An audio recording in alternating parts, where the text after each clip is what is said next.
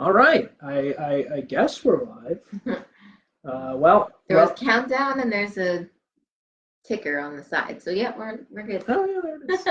It's our first live video, so bear with us, and we are sorry that we are 10 minutes late.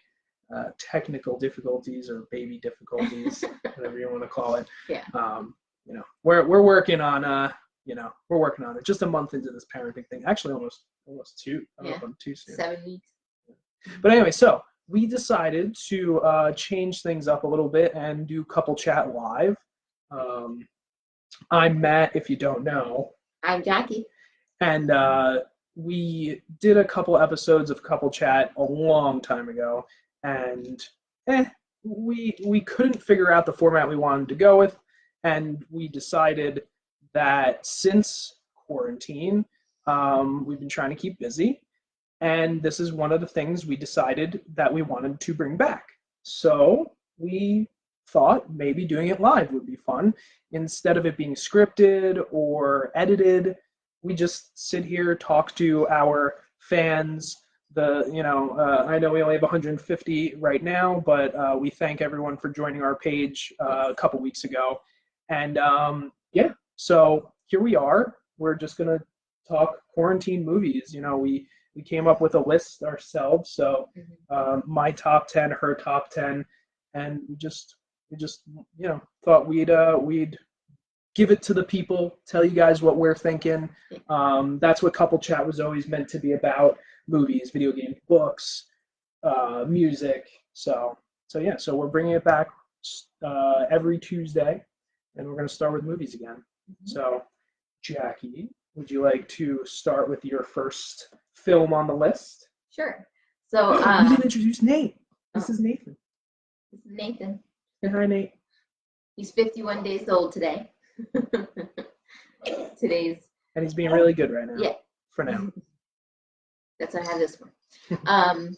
Anyway, sorry. That's okay. So my list has kind of a theme for it because we're in quarantine, and I figured kind of go along the lines of what I would want to watch. So my number 10 choice of the list is the Hunger Games series. I really loved the books. Series. The whole series. All 4. Cheater. Even though there's only 3 books, all 4 movies are pretty fantastic.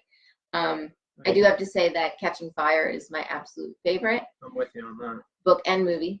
I just think it's very beautifully done, and the acting is very well done, and I'm obsessed with Jennifer Lawrence, and she did a fantastic job playing Katniss Everdeen, and it was really hard to place this on my list, but that's definitely on my list. Cool. Yeah. Definitely a great pick. I'm a huge fan of Hunger Games. Her and I read them together, and we saw the movies together, obviously. And yeah, I mean, great series. I enjoy them. Yeah. So my number 10 is also kind of, I feel like it's a bit cliche, and I'm sure everyone has seen it, but I think it's a really fun thing to watch during quarantine. But it's Avengers Endgame. And the reason why I put that on there was kind of the same reason Jackie did. I wanted to try and stick with, a vast majority of movies, because you're going to be sitting there. Most people don't have a lot of stuff to do, so why not watch 22, 23 movies in a row? Yeah. And, obviously all culminating with Endgame, and you could always go into Spider-Man Far From Home, which is also a fantastic movie. It's hard for me to put it in front of Homecoming, because I thought Homecoming was just really great, but both are fantastic films. But yeah, so Avengers Endgame is my number 10. Yes, we love those movies too, Justine. Yes, we do. Thanks, Justine, for joining us. Yes, you look like your only guest right now, but that's awesome. Thank you. Yeah, we appreciate it. Okay, so my number 9, and like I said, it's going along a theme. So all of my movies are part of trilogies and beyond. So it may seem like cheating to Matt, but not all of my movies are, but there's a good portion. But I made it a point to be able to, today I'm going to binge watch X.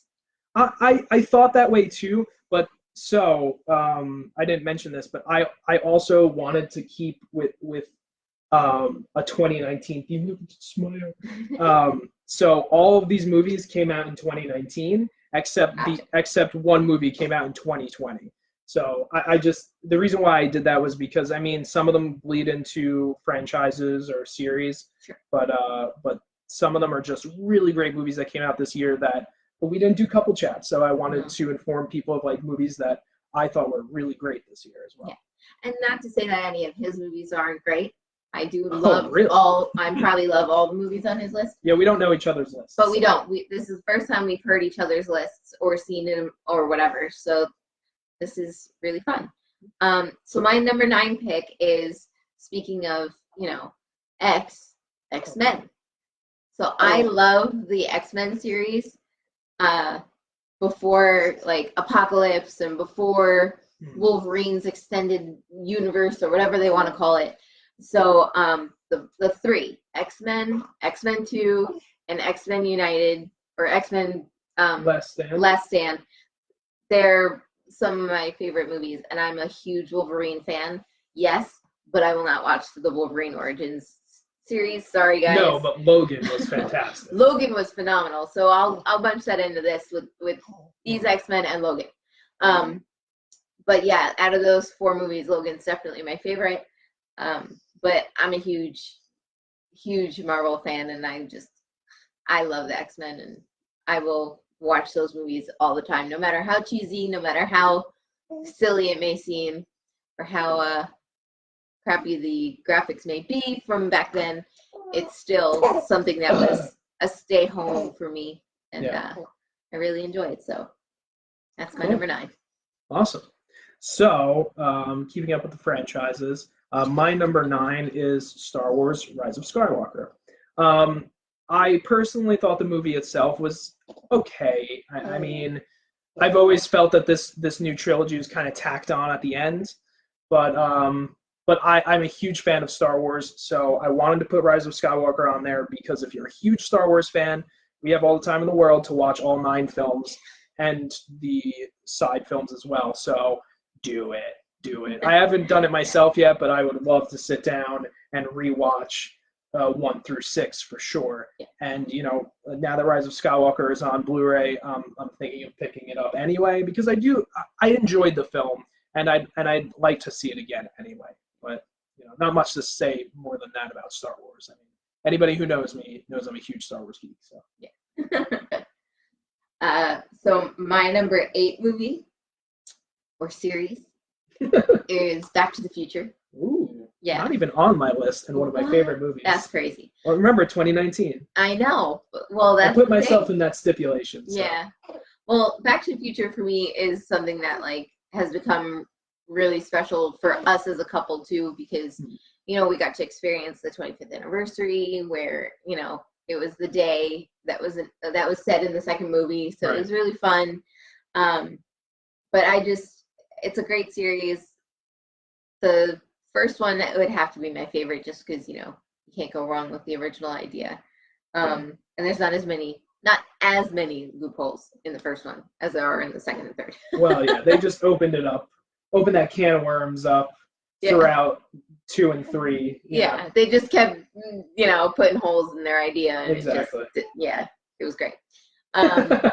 But yeah, so Back to the Future I think would definitely be a cool watch, especially because it's an uplifting movie. It's about persevering through the hardships and kind of surviving something that you couldn't see a exit out of at first glance. So I feel like that kind of really speaks to what's going on with quarantine and just, hopefully we can leave soon. Hopefully we can go outside soon. Yeah. And not fear. Hopefully we can get back to the future. Huh? There you go. So yeah, that's a number 8. Cool. So my number 8 takes a different turn. Still kind of series, but it's Doctor Sleep. Yeah. I enjoyed the film. I haven't read The Shining. I haven't read Doctor Sleep. She has, and she told me some of the differences here and there. I felt that Doctor Sleep did a great job adapting what the novel was. I mean, it sounds like a really interesting novel. I'm just not a huge Stephen King book fan. I've liked the movie adaptations in recent years. I think they're finally getting what they deserve. It especially was fantastic, but Doctor Sleep I thought was a really great adaptation. If you're a fan of The Shining and you haven't read Doctor Sleep, it's not a big deal. The movie itself is really well done. I think it was underrated, and not a lot of people seem to go see it in theaters. But um, I recommend, Ewan McGregor. His performance is fantastic. The little girl, I'm not sure of the actress name off the top of my head, but she was really good in it, and yeah, so I thought the movie was great, and it really brought everything full circle. If you're a Shining fan, so yeah, yeah. So my number 7 choice is a movie that makes us cry every single time. The whole series makes us cry every single time. How to Train Your Dragon. We watched it for the first time the other night or like 3 nights before the quarantine happened. Coincidentally. Yeah, it just so happened. We were like, oh, let's turn on something that Nate might like. And he slept through the whole thing, but no, he was awake for some of it. Something maybe. But Matt and I were up and crying and just like really into it from get go, and it's just we're big babies when it comes to movies. Huge, and then when it's animated and it can really get to you, that's gold. Pixar is like brilliant at that, but DreamWorks, they usually for me fall flat. But How to Train Your Dragon, yeah, great. And the first one's great, but the second one's my favorite just because of how important the family unit is in that movie, and how how much we could relate to it now, especially because we have our own little boy. So number 7 is my How to Train Your Dragon series. Yeah. On the totally opposite side of the spectrum of movies, my number 7 is John Wick Chapter 3, Parabellum. Fantastic movie, fantastic trilogy so far. I'm sure there's going to be more to come because they're just so good, and they have to ruin the series just like every other action movie, every other horror movie, whatever the case is. They're always trying to ruin the series, unfortunately. But John Wick, I was hoping was going to stop at 3. It didn't, but that's fine. Spoiler alert, sorry. Anyway, the movie is really great. The action is always spot on. Keanu Reeves is just at the top of his game for being Keanu Reeves. But most importantly, he is just an action hero, man. He does all his own stunts. Just seeing him work with different weapons and different fighting styles. It's all him, all hands on deck. It's a really fun movie. And I'm not a huge Halle Berry fan, but her cameo in the film was actually really good and enjoyable. It was really impressive. And on top of that, she did the same thing. She did all her own stunts, and it was really cool. Let's go, boy. Yeah, he's go boy. Not the one from SNL. He'll grow into that. Yeah. So John Wick 3, and you might as well watch the trilogy. Might as well. Okay. So my number 6 choice is something that we also shared, even though we didn't really get to watch the first one together. We really got to watch the second and third one of this series together, and it really kind of connects our relationship really well. Is the Dark Knight series, Christopher Nolan's Batman series. It's phenomenal. There's something about it that, Batman Begins has some of its moments where it's like, that was rough, but out of the 3, The Dark Knight is definitely my favorite. Oh, for sure, I agree. Heath Ledger's fantastic, and rest in peace. I still believe, even though I'm a huge Joker fan, I love the film. I still believe that Heath Ledger is just the better choice. He fits better in a universe with Batman, in my opinion. If they ever go off and make a film where Joaquin Phoenix is the Joker and there's a Batman, I just don't know if it would work that well. That's a big if. Yeah, he's just better off on his own. Yeah, for sure. Although 3's great too. They're all just so good, and they're all well done and standalone movies. they're just in a series where it's like, oh, they're all Batman, so it's all the same Batman. Let's make it a trilogy. Oh. But yeah, I got to see the first one in IMAX, and then the second one we got to watch on Blu-ray together when it came out, and it's been really important in our lives as a couple. So that's why I put it on my list, and it's just a series that I really enjoy. Cool. Yeah. I'm right there with you. That was your number 6. Yeah. Dark Knight trilogy. Yeah, number 6. Great. So funny enough, you had already listed this, but my number 6 is How to Train Your Dragon. The Hidden World, obviously, because that came out in 2019. So sticking to my 2019 theme. Yeah. Personally, I agree with her, though. The second one is definitely my favorite, but Hidden World did a fantastic job closing out this trilogy. Whether they continue with these movies or not, which they very well could, Hidden World did a great job just bringing it all full circle. Even some of the shots from the first movie, they replicated in beautiful ways. Really emotional film. So if you're a huge fan of animated movies and you enjoy Pixar, this is DreamWorks' Pixar movie, in my opinion. So, anyway, moving on. Whoa. Puke on the elephant. Puke on the elephant and mom. Anyway, technical difficulties, My number 5 pick is also another series that has made us cry in the past, but not only Jackie wants us to be crying throughout all of quarantine. I mean, it's quarantine. That's what people do, right? Not according to the comedic value we've been adding to quarantine in our videos. True. But the series that I picked for this one, for my number 5 pick, is something that has been a staple in my life for a very long time, and that would be Toy Story. And it's a phenomenal story. It's very well rounded. Every single movie really ties into each other. The 4th one was okay. It wasn't necessary, but it was still a beautifully done movie, and still, turn on the waterworks. Funnily enough, it is not in my list, but I toyed around with putting Toy Story 4 on here. Again, Toy. Toy with toy. It really, the pun was not intended. But yeah, Toy Story 4 came out in 2019, so I was like, you know what, let me, but then I decided not to. Yeah. But it's cool that you have it in there. Yeah, it's definitely one of those series that, it is Pixar's best, in my opinion. I don't know about that.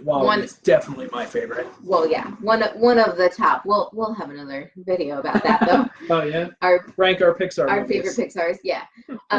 But Toy Story just is a great story, and it's one of those things where it brings your childhood back, and it's nice to be able to experience. And I can't wait for little Nate to, get his Toy Story. Oh my God, you ain't kidding! Like there are so many movies that I cannot wait to show this kid. But it's like you have to play around with, like, do you show it to him at this age? Do you show it to him at that age? Like, he's not going to remember anything for a little while. So it's like you have to pick and choose when we're going to show him things for the first time. Like Star Wars, I kind of want to wait because I want that moment where he's just like, what? Lucas Vader's son? But how? Like, I want that moment. I want him to be able to remember him saying something. He heard it. You gotta be careful. Anyway, so yeah, Toy Story is my number 5. Cool. So now my list takes a different turn. The rest of the movies on here are not part of series. It's pretty much my top 5 of like great movies in 2019. So number 5 is Parasite. I think it's a fun movie to watch in quarantine, mainly because, the second half of the movie, they're kind of in their own little quarantine. I don't want to really spoil anything, but it is a really, really great movie.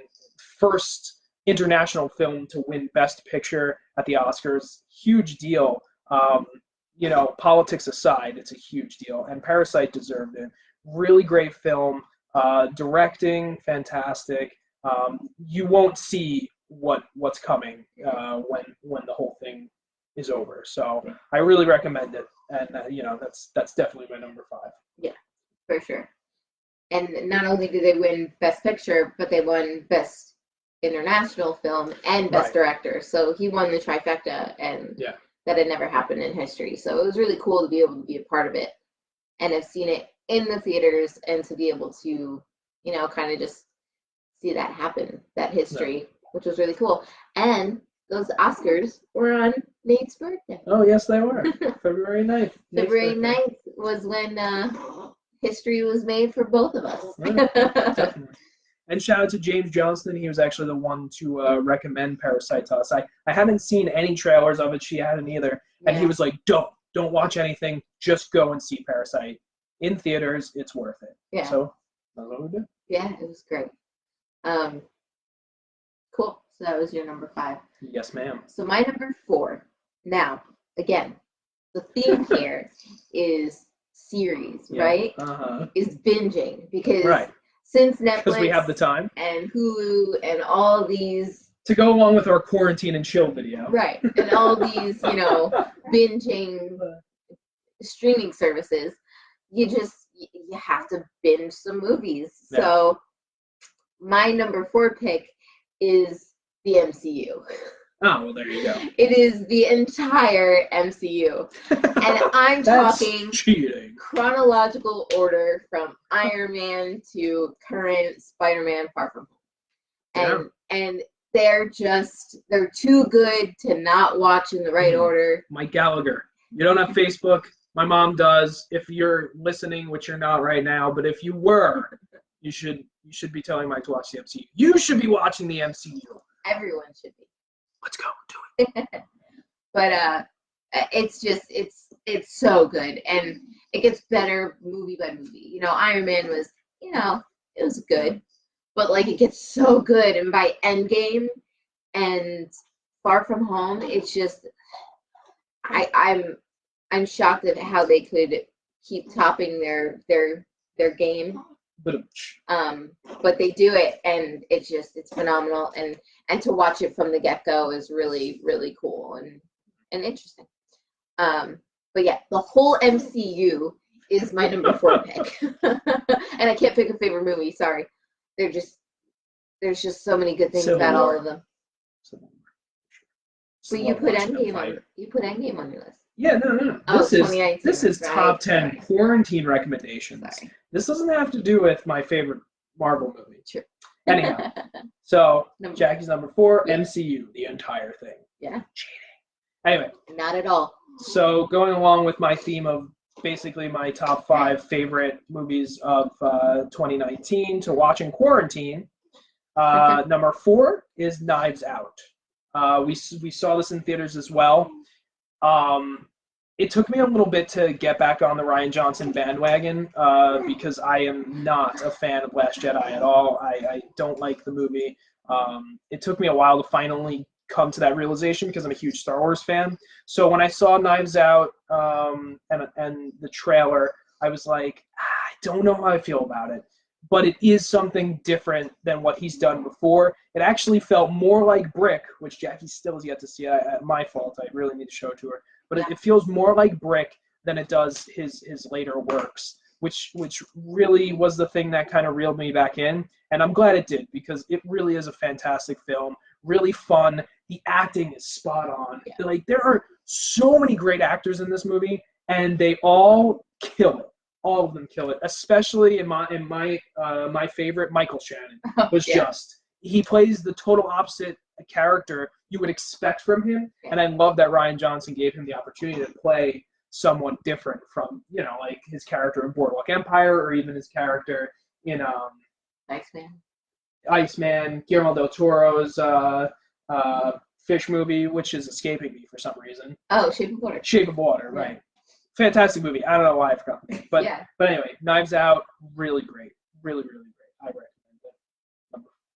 it. Yeah, I mean, and what's funny is too, like all the interviews we saw, Ryan Johnson just said, "Oh, Michael Shannon, he's a really funny guy, and a lot of Right. his stuff is ad libbed, and it's just perfect, and it fit, and I never cut it out." It's just really cool to see, like you said, that he could have that exposure, and Ryan Johnson gave it to him, which is cool. Yeah, yeah, yeah. I just want to side note. What? You chose 2019 Yeah. for your quarantine list. Mm-hmm. Get it? 19 quarantine. Was that pun intended? Anyway, what's your number 3, Jackie? Anyway, so my number 3 is kind of something Matt already mentioned. Kinda. Okay. This series is something that has to do with Matt's childhood, and it has. I mean, you already said Back to the Future. Yeah, and it's already been mentioned a few times during our little chat here. Oh, I know. I know. Couple chat. And I must admit, I was not as big of a fan before I met Matt of this series, but I definitely have grown into a huge fan now. And it is Star Wars. What? No way. That Shocker. Wasn't what you were going to say. The whole Skywalker saga, whatever Disney wants to call it. But they're all so good in their own right, and how everything gradually gets better and better. Like I said about the MCU, but they're practical. Like a lot of their effects were practical back in the day, especially in the first 3, 4, 5, and 6. And it's just really cool to be able to see that, be able to span generations. I mean, these movies are 40-something years old, and to be able to, 43 years old, to be able to do that over generation after generation, and his generation too. It's just really cool to kind of be a part of. Well, I think it's cool. It took me a while to get on board with these newer films and newer series and all that. Yeah. And don't get me wrong, I may not be completely on board with some of the things that Disney's doing, but I will say they've already got us in their ecosystem. We have Disney Plus, and it is a great thing to have, not to blatantly market them. They're not our sponsor. Which is impossible anyway, because we mentioned Disney how many times already. But yeah, I mean, I think it's an interesting time that he can grow up in, because we have access to all those movies. And yeah, her and I collect movies anyway, but now like everything from Disney's beginnings to now, and that goes with Star Wars too, because Star Wars is part of that. So we have the ability to watch everything, and then on top of that, show him these new things that are coming out. Like I personally love The Mandalorian. I thought it was really great, and I haven't watched all of it yet, but I want to really get into Clone Wars, and I think having him is the perfect opportunity, because now him and I can watch them together, which is what my nephews and niece did with my brother-in-law. So yeah, I'm liking where Star Wars is going now. It took me a little while to get back to that, but I am. Yeah. So that's my number 3. Cool. Yeah. So my number 3, sticking with my theme, is probably one of the most amazing movies this year. Obviously, my top 3, 1917. Ooh. So freaking good. I am so sorry for the people that have to watch this in quarantine, because this is a movie you really should have experienced in theaters. Just sitting there in Dolby, Jackie and I saw it in. The sound design, the beautiful cinematography, the way the movie was actually shot, it's just, they did such a phenomenal job. And even the acting too, the acting kind of was pushed under the rug, especially with the Oscars, which is disappointing, because it really wasn't an ensemble piece. No. They make it seem that way in the trailers, but it really follows two characters, two actors who are young, really just up and coming. One of them being the kid from Game of Thrones who played Tommen. But they were both phenomenal, and they both deserved an Oscar nod in some respect. But unfortunately, they didn't get it. However, the movie itself was very well received, and the man who was nominated for how many Oscars, and he finally won for Blade Runner last time, Roger Deakins, comes back the next time he makes a movie and wins again. It's just, it's unbelievable. But he deserved it because 1917 was amazing and his work in it was amazing. And the funniest part about it was he didn't even want to do a one-shot movie. He said it in interviews before. He said it in interviews for 1917, but he was like, yeah, as long as the story makes sense, he was down to do it. And of course, again, if you haven't seen it, you have to. And if you have, you know what they were going for, and it's just really well done. But yeah, 1917 is my number 3 for top 10 quarantine movies. Okay, so sorry guys. Ooh. You okay? You right? Baby difficulties. Hey, what you doing over He has here? been pretty quiet though. Don't jinx it. Anyway, so my number 2 pick. Now, this is very, very, very important. If you do not have them, I apologize, but you will miss out on many, many hours of content that you will not have with the regular version of these movies. But I know, just talking about it. I figured it out. I figured you would be able to figure it out.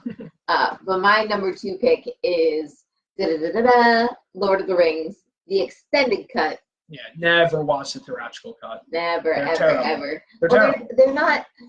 They're terrible. They're missing so much, and then the extended editions has so much content. If you've never read, need to cut.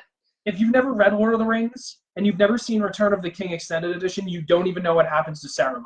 Yeah, you have no idea. And reading the book and seeing Return of the King, they do it differently, but at least they give you an answer in the extended edition. When you saw it theatrically, I even remember when I saw that movie in theaters, I was like, what happened to Saruman?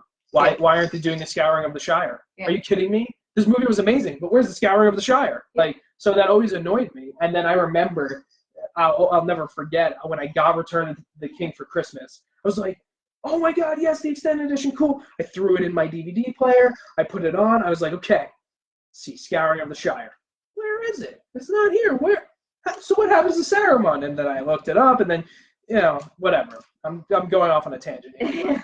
But, a little bit of a rant. Yeah. But the extended edition at least gives you some sort of an answer. Yeah. What's cool about the extended editions, too, is, like I said, it gives you so much more content, and there's just so much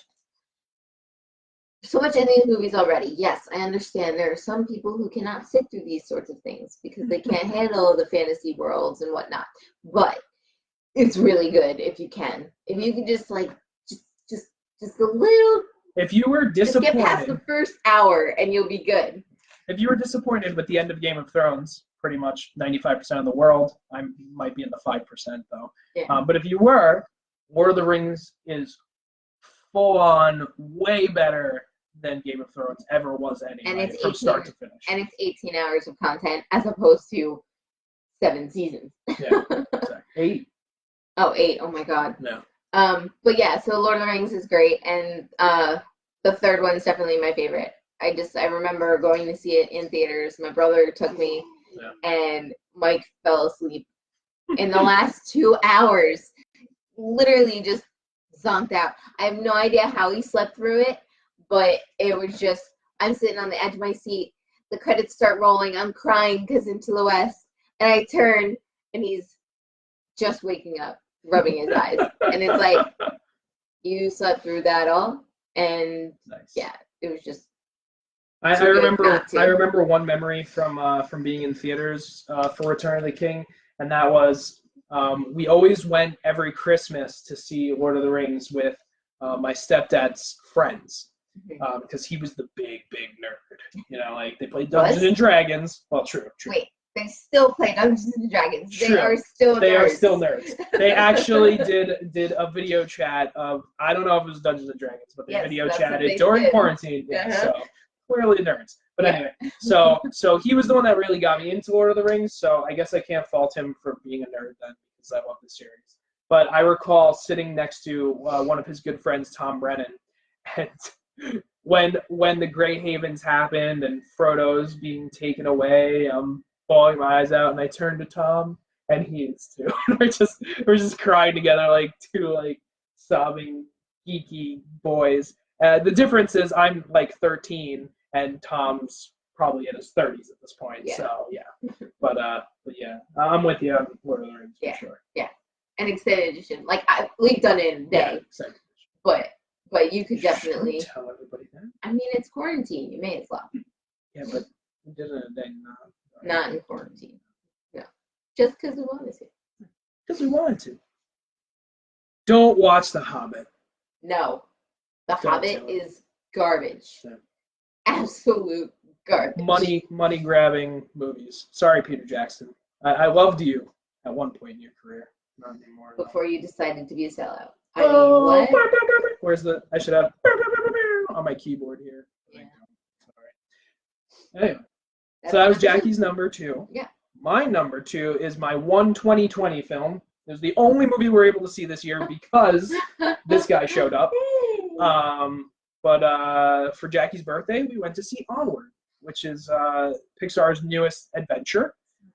It was really good. And it's funny because Jackie's number 2 was Lord of the Rings. Onward, hugely inspired by Lord of the Rings, Dungeons and Dragons, all those types of fantasy films. This kid is puking his brains out like throughout the last 10, 15 minutes of this thing. But yeah, so if you're a huge fan of fantasy and you love Pixar, Onward is just hands down a fantastic animated film. And the coolest thing about this movie is it came out right before quarantine started. So even when we went to theaters, there was nobody in the theater, which that in itself was kind of awesome. But the coolest thing is with quarantine being here, Onward is just, theaters are closed, so nobody's seeing it. So Disney decided to release it early and put it on Disney Plus. So here we go, shamelessly plugging Disney again, but come Friday, I believe. Friday, April 3rd. Yeah. Onward will be available on Disney Plus, and I'm telling you, if you don't have Disney Plus already, you should have gotten it because Disney has you in the palm of your hands anyway, whether you think it or not. But this is a perfect time to get it. Mandalorian, Clone Wars, and now Onward, really great, really great. Yeah. And Frozen's out too. So anyway. And what? Nothing. And what? We watched it, but nothing. I'll never mention it. So anyway, number 2 for me, Onward. Okay. So my number 1. Do you have any honorable mentions before that? Oh, because sure. I have a couple. I have one honorable mention that was on my list. Okay. And it was really hard to cut it. Okay. But it was something that wasn't really a standout, thought about it, oh yeah, definitely. Yeah. It was just oh yeah, that's a series that I like. It's The Matrix. Okay. Yeah, I really. Yeah, it's more of a geeky. It's more favorite mind. Yeah, exactly. And when you exposed it to me, yeah, it was good. But it just wasn't one of those things where it had a lot of emotional. Brad. There wasn't a lot of reminiscence for me, you know what I mean? I'm not oh, I remember when I first saw it, blah, blah, blah. I remember doing this, doing that, Well, I recall sitting there when we were watching it, which it was pretty recent it was recent that we watched it again. Yes.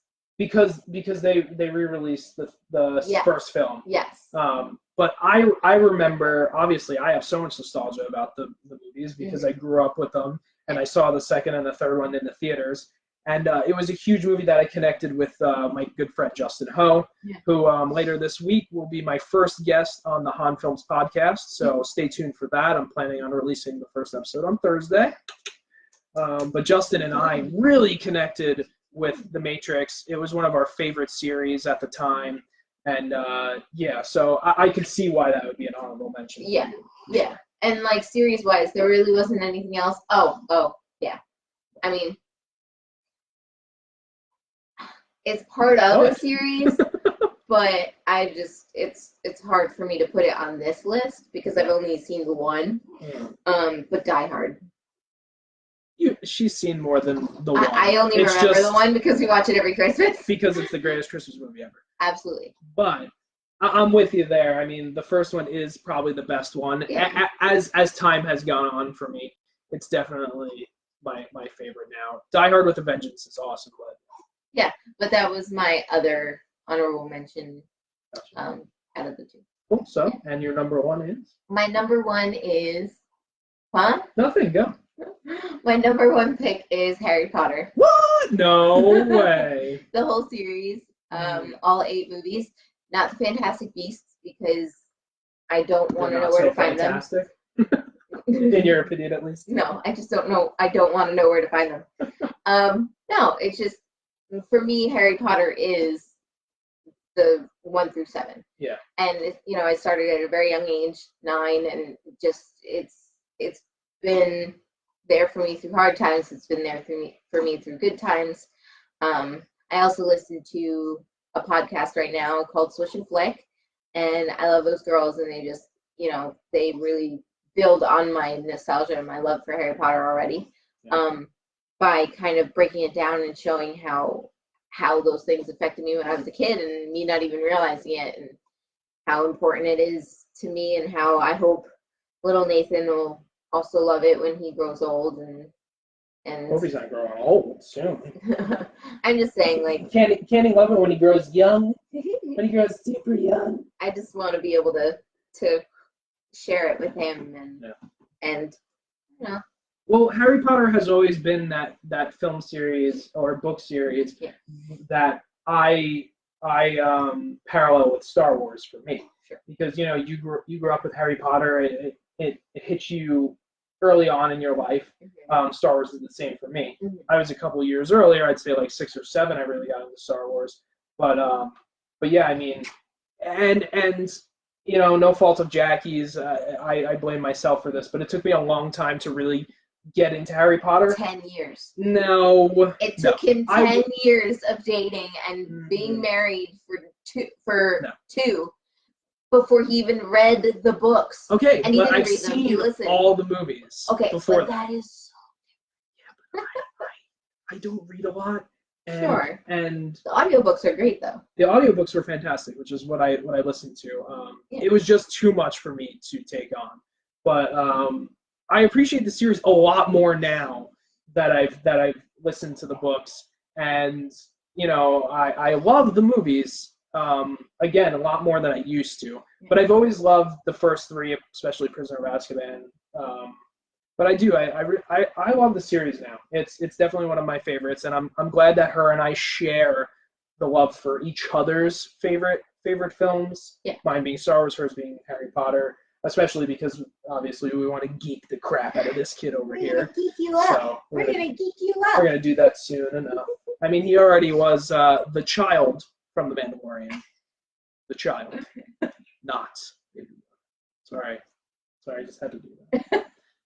Anyway, so that was. That's so not you're the first time he's done that either. So your number one was again. My number one is the Harry Potter series, but my favorite movie out of the Harry Potter series is Prisoner of Azkaban.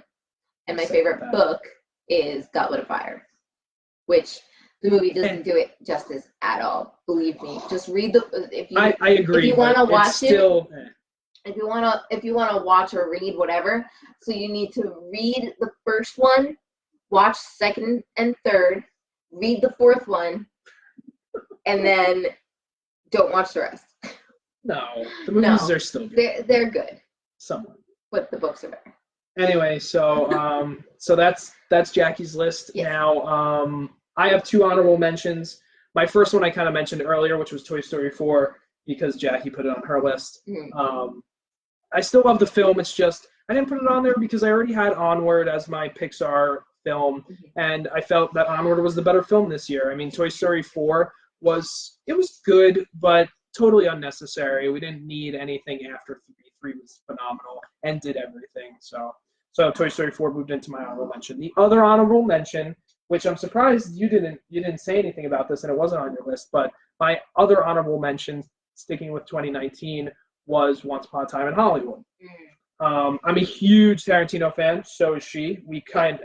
Tarantino has always been I've always been a huge fan. It grew on her pretty quickly, especially after she saw Reservoir Dogs. But Once Upon a Time in Hollywood just didn't do it for me. I have only seen it once, and I do want to see it again. But yeah, so I threw it in the honorable mention category just because it is a good movie, and I understand what Tarantino was trying to do, but it just doesn't come up to par with his other work. And And my standout, my favorite is always going to be Kill Bill, just because I was a 13-year-old, 14-year-old kid, like, oh my god, this is so epic and awesome, and like I wasn't really into kung fu movies, and I didn't really watch Bruce Lee much, but Tarantino's got it down. So yeah, unfortunately, if there was a better Tarantino movie out this year, I probably would have moved in there, but honorable mention for Once Upon a Time in Hollywood. So Well, remember, well, I was going by series to binge watch during quarantine. true, but Tarantino, his movies are in a series. I stuck with my guns there. Anyhow, so my final movie on my top 10 quarantine list, my number one is Jojo Rabbit. Jojo Rabbit was really, really great. My favorite film this year. I really wish Taika Waititi got more out of the Oscars, but he got the writing credit, which was awesome. The movie is so well written, but I never thought a movie with an imaginary Hitler was going to be good. That's a lie. I actually thought it was going to be amazing when I saw trailers, but it was. I had to convince her. She wasn't. You didn't really seem like you were on board at first. I don't remember. No, remember we tried to go see it like 3 or 4 times, and we kept canceling our tickets. No, that was definitely something else. I never canceled going to see Jojo Rabbit. What movie was it? There was a movie that something that we still don't like. Oh. Clearly, I think it was the Bruce Springsteen movie. No, but we saw Blinded by the Light. Yeah, we did, but like you said, we kept canceling, and then we finally saw it, and we were like, meh, it was all right, which it was all right. But anyway, back to what I was saying. Jojo Rabbit is just phenomenal. I recommend everyone during quarantine, if you're looking for a movie about oppression and just the worst time in history. We think right now, quarantine, oh my God, it's so bad. I have to social distance and look at my phone all day. If you think that's bad, like, obviously the Holocaust is worse, way worse. It always will be worse, unless some crazy other things happen. Let's hope not. But Jojo Rabbit does a great job finding the uplifting, humorous side of that, which sounds maybe terrible, but it's really hard to explain until you actually see the movie. And Taika Waititi did a great job. He's also Jewish, so if anyone was going to do it, he's a comedic Jewish director, and he's phenomenal. Thor Ragnarok was amazing. I want to see more of his work now that I've seen these 2 movies, but if you're looking for a hilarious movie to get you out of this funk that we're in, Jojo Rabbit is definitely the one to go for, and that is my number 1. So, yeah, cool, awesome. So that was Couple Chat. Yeah, live, the first one. Yeah, that was fun. Yeah. So this is our reimagining of Couple Chat. As Matt said before, this is where we had 2 other videos that we had tried in the past, and they were a little bit more structured, right, and scripted, where we had a teleprompter and stuff like that.